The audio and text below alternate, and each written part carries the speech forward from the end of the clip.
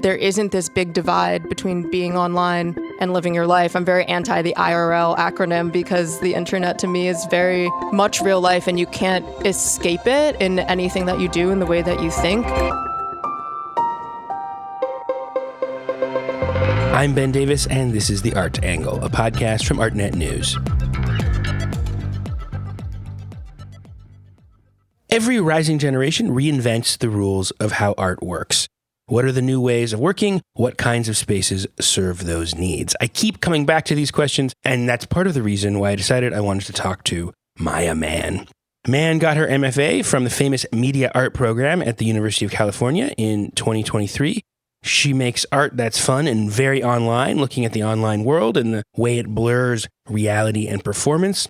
Right now, her work, A Realistic Day in My Life in New York City, is the first ever work commissioned by the Whitney Museum for its On the Hour program, taking over the museum's website every hour for 30 seconds. So set your clock if you want to catch it.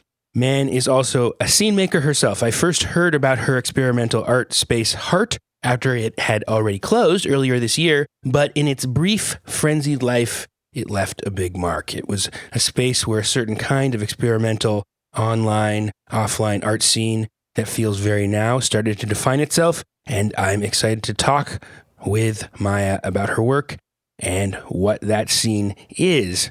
Maya, thank you for coming to talk to The Art Angle. Thank you so much for having me. So, you are part of a creative cohort that has come up in the pandemic and after the pandemic. Do you feel like that shaped your experience and how you relate to the world and art? Yeah, definitely. I think during the pandemic, there was a lot of excitement from artists who were working on the internet and making work about the internet because there was kind of this... That was all there was. That was all there was. And there was this energy around the idea that you could share work online, you could present work online, which has been part of the conversation since the beginning of the internet, artists working in net art. But over the years of the pandemic, there was kind of this disillusionment with the idea of presenting work online. And a lot of artists were starting to feel like there needs to be the opportunity to be able to talk about work on the internet and show work about the internet, but in physical space. And so I think myself and a lot of artists were consuming a lot of content, but we needed the time and space to be able to kind of digest everything that was happening together in person. It's interesting. I mean, it's almost like sort of a warp speed experience. I mean, it was like the internet was all people have. I mean, it's kind of hard to go back to that moment and think, so much changed so fast. Like, people talk about how, in the museum world, there was like 6 years of disruption in like 6 months, or it's even hard to remember, that's when TikTok really exploded and really took over, just because that was people's social life for a little while. Yeah, there were a lot of people on TikTok, and I've always been really into the thesis of dispersion by Seth Price, this idea that you could disseminate art online and it could reach people who are totally outside of the museum and gallery context. And I think TikTok, in a lot of ways, kind of fulfilled that idea. You were suddenly seeing videos by people who are complete strangers. I think a lot of social media before that, especially like Facebook and Instagram, really relied on the network of people that you know and you've met before. But for the first time, there were a lot of people who were kind of going viral on the engine that TikTok as a platform had, but it was launching people into these specific scenes who just were totally disconnected otherwise. And so that was really exciting, I think, for a lot of people. And a lot of communities started to form online around the work that people were making and sharing, both on Instagram, some on TikTok. And I think those communities really solidified online. But then after the pandemic, a lot of people were kind of looking for ways to keep them going. So what was your creative background then? Were you already working as an artist? Were you already interested in the internet as a theme or engaged with software? Yeah, as a kid, I was really into being on the computer, and that's kind of been like the through line for me in everything that I do. But my background, I studied computer science and media studies in undergrad, and so I was decent at math, and I went to college in Southern California, and I decided that I was really interested in computer science and programming, and for me, the gateway to that was making websites. It kind of combined like everything I was interested in into like one process of making. And so I decided to study computer science. And at the same time, I also was studying media studies, which was like more theory. But the two disciplines didn't intersect at all at school. And so I had been studying both of those things, but at the time when the pandemic started was working in tech. Kind of tech. I was working at the Google Creative Lab in New York. I was making a lot of really exciting web-based tools, web-based experiments there. But I realized what I actually wanted to be making was much stranger and smaller in scale. And so I realized that I wanted to be an artist, essentially. And that was like this very slow process for me of looking at other artists who have work that is software-based and are very critical of technology. And I think I didn't have the language to be able to understand that was what I wanted to do when I was younger. Maybe the first thing that you did that you classify as an artwork is Glance Back. Am I right about that? Which is a browser extension as artwork? That is, to me, the first true work that I made that I still talk about. It's a browser extension. So what year is that? I made it in 2018, and I've been using it ever since 2018, so many years now. But it's a browser extension, and when you have it installed... Still consuming your own art. I am. Your own biggest fan. So with Glance Back, when you add it to your browser, it's a Chrome extension. Once a day, when you open a new tab at random, takes a photo of you, and usually there's no expression on your face. It asks you what you're thinking about. You type in your answer, and then you slowly start to log all of these photos of you looking at your computer every single day. And I've always been really interested and kind of panicked about self-documentation. I've always been really worried about forgetting who I was in a specific moment. And I was, at the time, really wanting to have a process for self-documentation that was kind of an antidote to the way that I was performing a self on a platform like Instagram. And so Glance Back for me became this kind of daily photo diary of me looking at my computer, typing what I was thinking about. But what surprised me the most was that I released it publicly, and now it has 8,000 to 9,000 people who use it every day still. Was that about the time when like Be Real went big? It's funny, yeah. In 2018 was before Be Real, but a lot of people have compared the two, and I think they share a lot of similarity. But the really important element of Glance Back for me was that there was no social component, so there was no ability to follow people or see other people's photos. I can't see anyone's photos. They're stored locally on your computer. And so I think for a lot of people, it became this kind of diaristic mechanism that they have on their machine, and that's part of their life every day without them needing to remember to do anything specific. But after using it for a long time, I realized it didn't feel like a more true version of me. It's just a different version of me. There's still a little bit of performance embedded in the process of using it. Yeah, I think it contains a lot of the germs of your sensibility in a way, which have to do with thinking about performance online and authenticity and so on.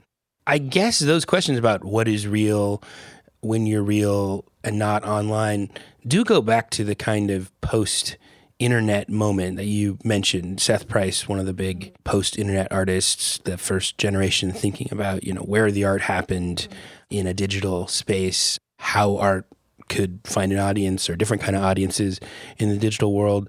How do you define yourself in relationship to those traditions? I don't know how to define you. Are you like the post-internet generation, the post-internet generation? Yeah, I mean, I throughout my education and early years as an artist, I was looking a lot at work that was made by artists who were part of the quote unquote post-internet generation, but I feel like we're in a place that's beyond that now.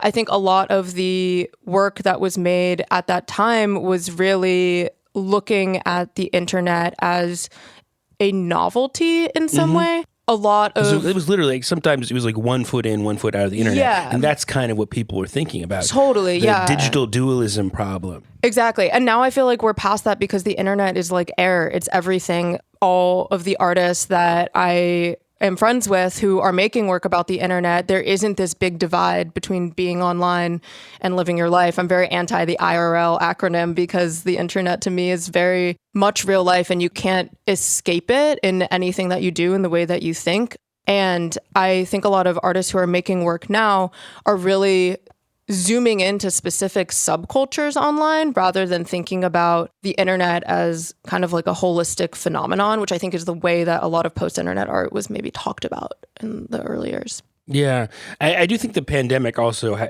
played this role of just for that moment, which was also the NFT moment, really like it was almost like the internet was more real. There was more social stuff going on online. And you participated in the NFT moment as well. Maybe talk about that. Yeah, definitely. The internet felt so real and it felt like all consuming and everything during the pandemic. But I think that lingers now. That mental model of being online hasn't left us. And I don't know if it ever will.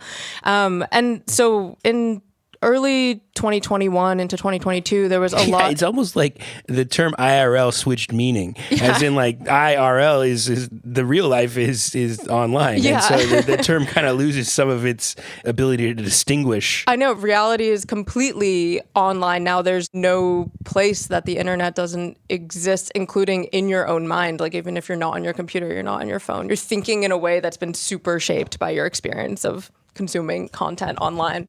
You were studying at UCLA with Casey Reese, who is a very storied experimental code, works with critical code, and had a platform called Feral File, which was one of the attempts to make the NFT moment something more interesting or permanent or enduring than kind of some of the more speculative aspects of it that people probably associate it with. Yeah, definitely. The NFT moment was really divisive for a lot of artists who had been making work that's engaged with new media, who have been making digital work for a long time, because some people decided to kind of go and fully embrace it and go completely into it and start releasing work as NFTs. Other people were completely against it. There were a lot of conversations about what it meant for the landscape of digital art at the time. And I found that some friends of mine were really embracing it. And then other friends I felt like, would cancel me if I made an NFT.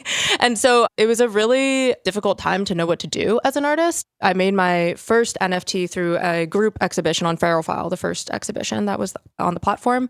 And the exhibition was called Social Codes. And I really trust Casey and his vision for the platform and his care for software-based work. And so I felt really comfortable being part of the show. And then from there, I realized that there were all of these people who really believed in the value of digital objects. And that's something that I've always believed in the way that I make work. And so it felt really natural to start releasing work as NFTs, but that also came with a lot of complications. And I think the public perception about what an NFT is for anyone who's very distant from it is totally way off from the community of people who really care about art, who are making NFTs and involved in NFTs at all, because a lot of maybe what is seen most publicly is really ugly and speculative. And I think for artists who really care about digital art and who make software-based work, it was the first time that there was this super native way to present and sell work that was true to their practice. That part of it was really exciting. Yeah, and again, for a hot second, it really was like the laws of physics in art inverting, where I think a lot of people in digital art who make experimental digital art look at the art market world where there's a lot of paintings and objects as this speculative space with auctions and so on. And then for this moment, because of this emerging technology that was very controversial, it has lots of issues, but some potentials. You know, the people had been looking at it for a while critically, and for its creative potentials. Suddenly, because of the whole nature of the pandemic, that became the center of the action for a hot second, and then it flipped. I think an interesting thing about that moment is that people were still thinking about what was happening in digital art through the metaphor of the object-based art world. And one of the things I came to realize as it went on is that these things sometimes actually function more like performances. Like you're really like, an NFT is really like a thing that's happening online often. Like there's like energy and attention that's around a project, and people are kind of like participating in a community moment around things. Yeah, I think that's exactly right. And I think about code in relation to performance a lot because of this kind of sense of liveness that you can have when you're making a software-based work. And a big part of the moment with NFTs was this popularization of this type of work that a lot of people were calling the generative art movement. Now it's complicated to talk about because when people hear the word generative, they think about AI. But at the time, there were a lot of artists who were writing an algorithm and releasing a work that was driven by that algorithm but could have X number of outputs. But when they released the work, they were releasing the algorithm, and someone could quote unquote mint or buy an NFT, and the algorithm would run and generate an output. But the artist doesn't know exactly what's going to be output. There's this element of chance and kind of this performance to the code that was so impossible to represent in an image, or really even a physical install that's not running the code live. It's hard for anyone to get a sense of that process. And so I think that was really exciting for a lot of people to have a way to show that type of work. Yeah, maybe this is a little bit of a tangent. The reason I wanted to bring up these thoughts I have about the NFTs of performance is because I do think it kind of relates to your work in an interesting way. I mean, the work that you did through that was kind of related to these self-help graphics. Mm-hmm. Yeah. You can describe that. Yeah. So, one of my generative art collections that I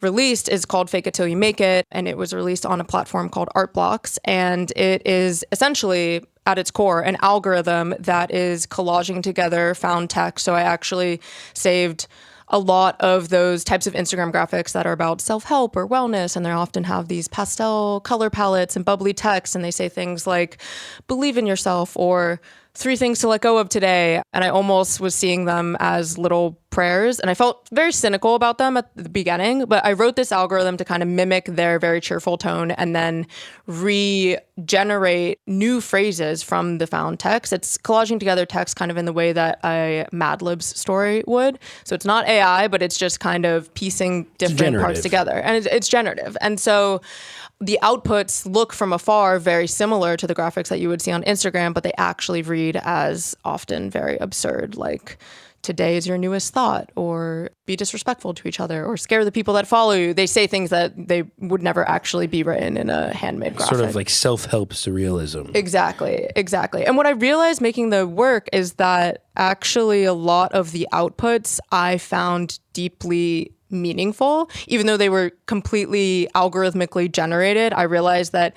the meaning that anyone can get from these types of graphics is totally derived from their own personal psyche. So it doesn't really matter what anything says. What matters is how you interpret it. And I thought that was really beautiful, that you can see an algorithm with a level of randomness and still be able to find meaning in what it generates. And that's kind of a core thesis that I have. A lot of the work that I make is language-based and generative to some extent. And so I believe a lot in the power of luck and the algorithm. Yeah, and I think that connects some of the energy around digital art to the history of conceptual art, which is about this, the power of context, the power of community and location to make meaning.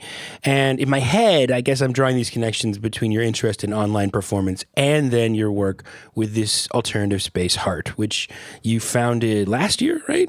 Yeah. Like less than a year ago. And has this big afterlife, or big legend around it, attracted a lot of people, and came a bit out of this thought about the need to get offline, or to take online stuff offline, or find the point of the Venn diagram between them, right? Yeah. Heart came about kind of through a series of fortunate events. I started renting a space in Soho that was quite sizable, larger than I needed for my own personal studio. And I wanted to start doing some curatorial work that was thinking about artists who were specifically engaged with, this is what I always said with Heart, artists who are engaged with the internet, software, and pop culture. That was kind of the trifecta that I really tried to curate everything that happened at Heart around. And Heart started, and it was like sprinting all of the time. I was doing almost an event a week, but it was really exciting because I'd been feeling post-pandemic, like we've been talking about, I really wanted to see the work that I was most excited about, that was thinking really thoughtfully and critically about the internet presented in physical space. I think people's attention spans are super short online. I know that's true. Mine is. And so I wanted to have a space to be able to present these artists who I think are making really strong work, but have the luxury of time and space when bringing people together through an event or a performance, so they can really start to work through people's practices. Because a lot of these artists' work, it's not something that you can understand through an install image in a show. And also a lot of these artists are not showing in New York necessarily because the gallery circuit is not optimized for this type of work. And so, yeah, it came out of a real desire for that, and also a feeling that I wanted digital art to be presented in a place that was not the basement and not the lobby. I wanted to really give it time and space and attention, but also I wanted to generate a lot of excitement around it. It was very fast and loose. Yeah. I mean, it seems so. And kind of exciting to read about or see you talk about. And one of the things that strikes me about it, though, is that it was an event space. You know, it's not a gallery in a certain sense that serves the needs of this scene. It really feels like it was a event programming space where stuff that was happening online could kind of assume its event character, or the attention around it could kind of coalesce. Mm-hmm. I wanted it to feel like I was taking these certain moments that everyone was thinking about or fascinated by online, these kind of moments of culture, and bring them into a space where we could talk about them and, you know, have an artist really deep dive into their specific work that's about that subculture.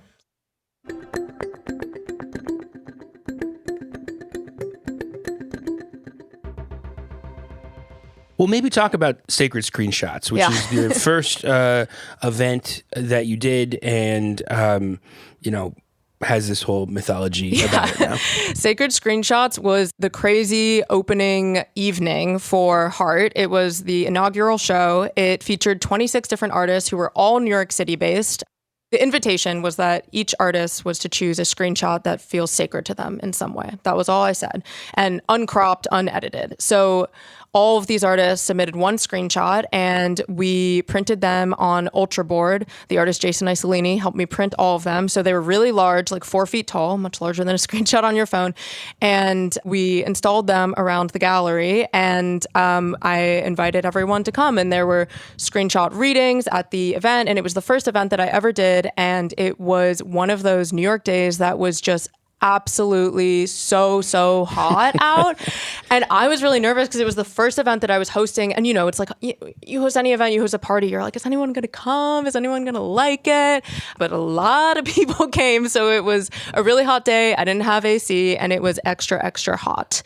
And all the photos I have of the artists with their screenshots and of everyone at the event, everyone is fully sweat through their clothes. It looks like they just jumped in a pool. Sounds like a great party. Yeah. So it was really fun. And I think it kind of encapsulated the core of the energy that I wanted to carry Heart the entire time. You know, this was not the artist's work. It was a screenshot from their phone, but it was this group exhibition that was bringing together all artists who work in some way with new technology, the internet, software, pop culture. But they were also artists that I saw as kind of siloed in some different set of scenes or groups. And I wanted this to kind of mix everyone up. Yeah, I mean, I have to say it's a very Maya Man idea in the sense that there's a sort of sincerity to it. I mean, I think that's in a way, I think that's sort of a hallmark of this post-internet scene, is a sort of sincere attachment, sort of post-ironic sensibility, where the prompt is literally just show me something that's very meaningful. Yeah.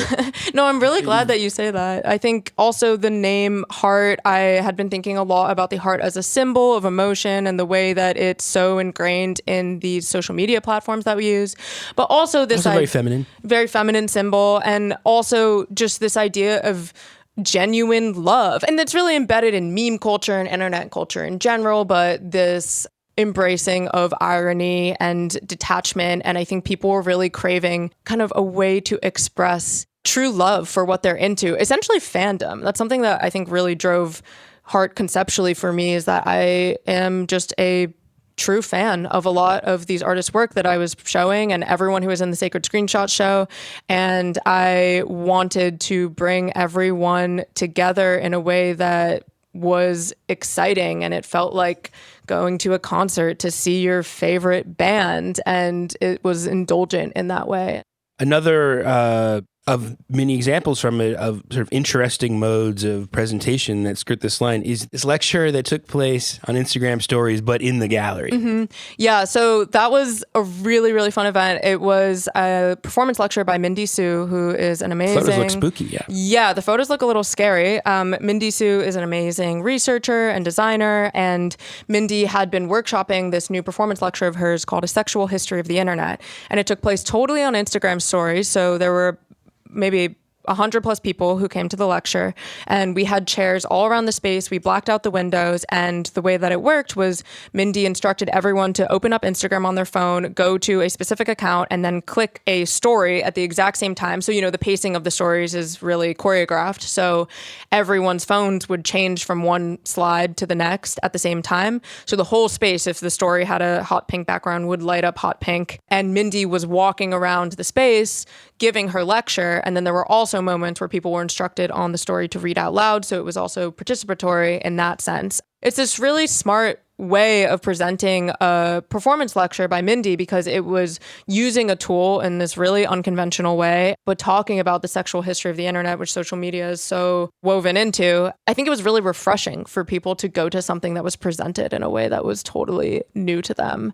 And that event to me really encapsulated what I wanted Heart to feel like. Yeah, it also seems pretty fun. I mean, it was so fun. And fun in the sense that it also is just your brain's do things. It's collapsing together, social media and life and performance and a lecture and so on. I know. And it's funny, usually at a lecture, I feel like everyone's kind of itching to not look at their phone. Yeah. Or like itching to look at their phone, but kind of really trying not to and trying to be present. Desperately trying to suppress the phone itch. Yeah, with this lecture, you couldn't even look at anything else on your phone because you would lose your place in the lecture then. So everyone was really glued to their phones, but also really attentive at the same time. It was amazing. So what do you think is relevant or vital now? I mean, you have this particular sensibility that's somewhere between curator, artist, fan, kind of curating as art, fandom as art. You mentioned this term media maxed. I don't know if that's an actual theory you have, but you can float it here if you like. Yeah. No, media maxed is a term that I've just been kind of kicking around in my own mind as a term to encapsulate the way that I think a lot of my favorite artists right now, young artists, are working. We spend so much time looking at content online. Everyone does. But I think there's this methodology that a lot of artists have who work in a way that's really deeply ingrained with being online. And it's really about curation and categorization and thinking about making sense of all of the media that you're consuming through this kind of mode of sifting. And I think a lot of artists find that to be like a really generative way of making their work. And it's something that I see shared amongst a lot of my peers. I think it's also a lot about this dedication to subculture in a way. I think a lot of artists who are making work about the internet have been ingrained in specific communities or subsets of internet culture since they were really young, and they're coming to these subcultures in both a way that's indulgent, where they totally understand it inside and out, but also hypercritical. So they're able to understand all of the different angles and the mechanisms at play. But I think that duality is really important to a lot of artists who are working right now. Something I struggle with, I don't know, maybe you have thoughts, is when you're dealing with online subcultures, and online creativity, there's so much of it. I mean, what is the role of an artist there? I mean, how is an artist different than just any other person working in this space? I think being an artist is about pointing to something and saying, I think we should look at this. And it's kind of about putting a frame around something specific. And I think when you spend so much time looking at so much online, you're not really looking at anything specific. You're just looking at this endless, people are using the term slop a lot, but you're just looking at a lot of endless imagery. And I think the artist's job is to sift through all that and point to a specific example of something happening and ask people to pay attention to it and pay attention to it for a really long time. Because even though we're consuming so much, we're not really looking at anything online because it's all happening too fast. Is that part of what the physical space does for you? Yeah, the physical space for me, it's about manipulating people's attention spans. And so I am the biggest fan of art on the internet, but I cannot look at a work in the browser for very long. And bringing people into physical space, having them sit down and giving an artist the opportunity to explain their practice and their work to someone for 40 minutes to an hour has like a lifelong impact that I think is really necessary for artists who don't make work that you can't really decipher the truth of it in an image of it on Instagram. You're not getting all the pieces of it. That was my joke. After the pandemic was, it turns out physical space is just a great user interface. Yeah, and I honestly, doing Heart, I knew that going into it, but it's just like time and time again, after I hosted every single event, it just re-taught me that lesson. sometimes, yeah, it's about doing an exhibition or doing a full show, but sometimes it's not. It's about putting on a one-night event that, brings together a few artist practices who are obviously in conversation, that showcases their work in a way that is going to let people walk away and have a deeper understanding of what they're doing. So what happened to it? Well, I had the space in Soho through a very lucky situation, and the ability to host public events there ran out. I, in a way, was really disappointed at first to have to stop hosting events, because so much of Heart was about the specific space, and it was also my studio, and so I was there every day and then hosting events in the evening. But at the same time, I think it maybe was a blessing in disguise. It was really, really intense. As anyone who has ever run a space knows, it was really intense to run, and I'm also an artist with my own practice that I want to keep up. And so I feel like I said what I wanted to say with it, and maybe in the future we'll keep doing events elsewhere. Well, it seemed like it had captured a certain energy that people wanted, and there was a specific kind of subculture, art subculture or community that formed around it or found it. Yeah. Do you have any thoughts about looking in at the non-Heart art world, how it could be more hospitable to this kind of energy? I think it's really important to understand that a lot of artists work in a way that is not going to fit the object-oriented format of the traditional gallery circuit, and think about the way that work can be presented that doesn't need to rely on that type of commercial structure necessarily. And I think, there are artists where you reach a certain point in your career and you can work with, larger institutions or get bigger grants, but there's not really a way for younger artists right now to be able to show their work or have those opportunities who don't make work that is going to fit into the gallery model in the most perfect way. And so I think thinking about events, really shorter term ways to present an artist's work, that maybe it's a ticketed event, or maybe it's something that, makes sense in the context with something else that's already happening at a gallery. But I think it's really, really important for these artists to have the chance to Did you ticket stuff at art? Yeah, some of it was ticketed. I mean, it was never expensive, maybe like $10 to $15, but a lot of it was ticketed. Yeah, that helped Heart be able to sustain itself for its short bit of life. So finally, I guess we should point people to your work with the Whitney, because you have this work on the Whitney website that has been extended. I understand it. It's the first work in this particular series of commissions called On the Hour. So describe this work of art. Okay, so this piece is called A Realistic Day in My Life Living in New York City. And yeah, it's the first commission for the On the Hour program, which runs on Whitney.org. You can be anywhere on the site exactly on the hour, so 2 o'clock, 3 o'clock. And the piece is really about the genre of content that is day in my life videos on TikTok and now Instagram Reels. And when I was commissioned to make the work, I started thinking a lot about what it meant to experience time online and experience the course of the day online. And the piece was curated by Christiane Paul, who's a curator whose work I've admired for a really long time. On the Hour is kind of the next iteration of Sunrise Sunset, which has been a program on the Whitney site for a long time. And so I really wanted to make something that focused on time online, but was also really true to my practice in the way that I like to think about performance of self online as well. And so I decided that I wanted to make a piece that was pulling from all of these different day in my life, living in New York City specifically, videos.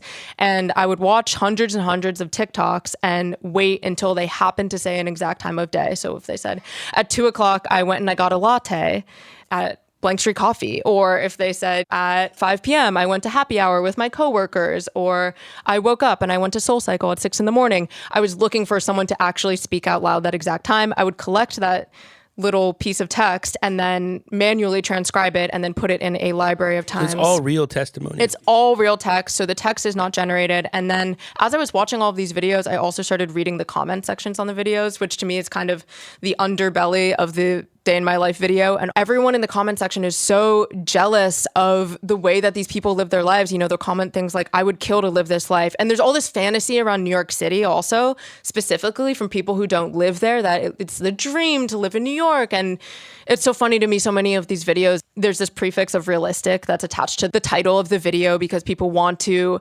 convey that they're performing their day in a quote unquote authentic way. And so the piece really evolved to become not only about the exact time of day and what people were doing, but it's kind of a call and response where the text writes out first of what someone said that they were doing in really large pink text. And then that's followed by a stream of comments that are pulled from the comment section on these TikTok videos. What did you learn about people's days in New York City? I learned that people are actually doing things all hours of the day and city that never sleeps. But it was really hard to find videos where someone would said that they were doing something at maybe 3 or 4 in the morning. I got some clips of people out at the club, some people who said that they work in the morning news who were up at 3 in the morning. But what I really learned through reading the comment section, there is this intense voyeuristic desire to understand how other people live their days. And it's funny because the day in my life format, it's something that everyone has. It's something that you can immediately relate to because everyone lives their 24 hours of every single day. But to see what someone else is doing is so satisfying and enlightening in some way. I think that's why this genre of content is so popular. Well, I'm glad to know that people are still living their lives in the middle of the night, because the joke post-pandemic is that New York does go to sleep. Yeah. So it's an important part of your research for me. There is a wide range. There was also, the people who are up at 5 in the morning and then going to their class at Equinox. So there are people who are kind of living on the other side. Well, Maya, finally, I would be remiss if I didn't ask you. The work is called A Realistic Day in My Life in New York City. I think people want to know, what's the realistic day in the life of a post-pandemic, post-internet artist now? Yeah. A realistic day in my life is a lot of clicking around and tapping around on my phone and computer. Time-stamping TikTok. Yeah. It's a lot of not only watching content, but then categorizing it in a really specific way, which I did for a realistic day in my life. Now I'm rewatching a lot of Dance Moms because I'm really interested in competition dance culture, and taking an insane amount of screenshots and then uploading them to Arena, which is a website that I use a lot to kind of organize all of this content that I'm collecting. It's a lot of looking and digging around online, but then doing something with everything that I'm looking at and trying to make sense of it by collecting. Trying to make sense of it all. Well, in a way, that's what a artist should be doing. So I hope so. But it looks like me in my studio on my phone. It's not a very romantic image, but well, some people would kill to live that life. But that's a realistic day in my life. Maya, thank you so much for talking with me. I look forward to seeing whatever you end up doing with Dance Moms. Thank you, Ben. That's it for this week's episode. If you like what you've heard, you can subscribe to the show on Apple Podcasts, Spotify, or wherever else you get your podcasts. Please take a moment to rate and review our show. It helps other listeners discover what we're doing. The Art Angle is produced by Sonia Manalili with contributions from Kate Brown, Ben Davis, Caroline Goldstein, and Naomi Ray. Thanks for listening, and see you next week.